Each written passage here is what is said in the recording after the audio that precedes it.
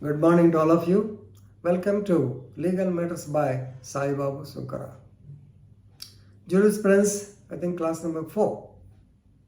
In this video, we are going to discuss some of the schools of thought by the famous jurisprudence. There are different schools, but we are going to discuss only 6 important schools of law and their points, the different names and things like that. Without wasting time, let us quickly jump into the topic. Our topic is schools of jurisprudence.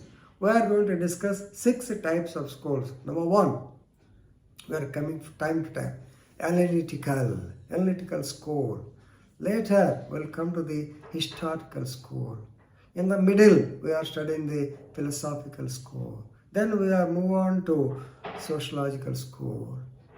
Later, present setup, realistic school. Ultimately, another school is also there, that's called economic school. Of course, it's related to the Karl Marx theory. So all these 6 schools. So they will show you how the law developed stage by stage. Now, we are taking up the first 3 schools in this session. First one is analytical school. Analytical school. So this is propounded by John Austin. That's why I have given you the definition. John Austin, what did it say? Just positivism. Law is the command of the sovereign made by the politically superior on the politically inferior to conduct them properly. If they don't conduct proper way, they will get the sanction or punishment. So actually, this school is supported by John Austin, Jeremy Bentham, very famous professor in London. His work, Jurisprudence Unlimited, is the very famous book. Then Holland is also one of the famous jurisprudence of analytical school. Right. The other names of these schools are, you may get a question like this: Austinian school, analytical school only. Then Bentham school, analytical school only. Positive school, analytical school only. Imperative school, same, you have to write reply for all these things. So what are their concepts? Please remember, you should think just positivism. So, law as it is. So you have to obey the law as it is. But you cannot say law as ought to be. Simple example, suppose if the law says a person has to walk on the left side of the road, you have to follow the same. You have to walk on the left side of the road. You cannot say, no, with our conditions in Ongol, so it should be on the right side of the road, because there is a gap like this. You can't do it. So this is ought to be. You have to follow, that's all. This is what is called legal positivism. So why? Because it is the command of the sovereign. And if you don't follow, what happens? Sanction will be there. Sanction means, please understand, it is nothing but punishment. Sanctions, of course, in international law, we will be discussing about the topic sanctions. Sanctions are necessary because highly connected people. If a country like India has got deal with or dispute with Iraq, other things, then they cannot come to fist fight, or they cannot indulge in war just like Russia and Ukraine. So they will be given sanctions. By whom? Please remember, the apex body is United Nations Organization or the ILO. Both of them, they will give sanctions. Anyway, it's a different topic relating to international law. Let us stop here. Then the second school is historical school. Analytical school said you have to take the law as it is. But what about our history? Where we came? Why should we accept this? So a revolutionary thinking has come by Savigny. Then supported by Montesque, very famous jurisprudence, and Puchta is also another very famous. So these people, they have propounded the school of historical school. So actually it all depends on Volkgist theory. Volkgist theory means people's will. The law should be according to the people's will, right? So if they ask you any question like Volkgist school, you have to write the so-called historical school only. So this school tells you that you have to study the history. You have to study the traditions at the particular point of time. So where from we came? For example, if somebody says law, do you think that the law has been copied from the so-called common law of England? No. Ours is India is Vishwaguru. Before the starting of any universities, of course, now you feel pride that if your son is studying in Harvard, Cambridge, Oxford. But before that, thousands of years back, we have got Takshashila, we have got Nalanda University. That's why India is called Vishwaguru. Universities were there. So history, you have to study history, then only will get emboldened. Second is traditions. So the customs or the habits.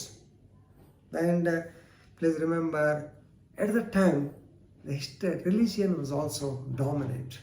So religion, it plays major part. మీకంతా తెలిసే ఉంటుంది. మీరు పండగ నాడు స్నానం చేసుకోకపోతే, పండగ నాడు కొత్త బట్టలు వేసుకోకపోతే దేవుడు మిమ్మల్ని ఏదో శపిస్తాడని చెప్తే తప్ప మనం చేయం. కానీ that is something behind it. For example Sankranti పండుగ ముగ్గులు పెట్టుకోండి అంటారు. దేనికి ముగ్గులు పెట్టుకోవడం వల్ల? యాంటీబయాటిక్, పసుపు వేస్తే, ఇవన్నీ రకరకాలు ఉంటాయి. కాబట్టి religion use to play the dominant role at that particular time. So వీటి మీద మీరు లా తయారు చేయండి అని హిస్టారికల్ స్కూల్ చెప్పింది. Then came the philosophical school. అలాగే ముసలాళ్ళకి ఫిలాసఫీ అంటే ఏముంది? వేదాంతం. తెలియక చెప్పేది వేదాంతం, తెలిసి చెప్పేది రాదాంతం. సినిమా పాట కూడా ఉంటుంది అలాగా. So philosophy means what is good, what is bad, what are ethics, what are morals. ఇదే కదా ఫిలాసఫీ స్కూల్ అంటే. So this was propounded by Rudolf von Eyring. If you remember the name Eyring, it's sufficient. Sorry, philosophy school by Hugo Grotius. I skipped the name. Hugo Grotius. He is the propounder of the so-called philosophical school. Then Thomas Hobbes and John Locke. He is another famous person who has propounded the philosophy. And more than them, I support Immanuel Kant. We have given the definition in the part 2 of this series also. So all of them propounded philosophical school. So this is otherwise called as natural school, otherwise called as the divine school. So please remember, another name is also there. It's called ethical school. Right? You all know morals, ethics. We'll come to that just a minute later. So according to philosophical school, the law should be just. Just means without any bias. Should be equal. Everybody, A and B, A party and B party, they should be treated with just and fairness. That's why fairness, how the fairness will come? Law should not only be done, but should appear to have been done. So just and fairness. Then reasonable, definitely. Law should be reasonable. So when at the time of equity, I told you, so the judge should not impose 500 rupees as fine on auto driver. He can, after all, 500 rupees is sufficient. So this is what is called reasonableness. And already I told you in the last class, that is the so-called historical school also. The free will of the people is necessary. If the people are not willing, if the people are objecting, then can you implement the law? Even by the police, it's very, very difficult. So, and lastly, this school is more or less moral and ethical.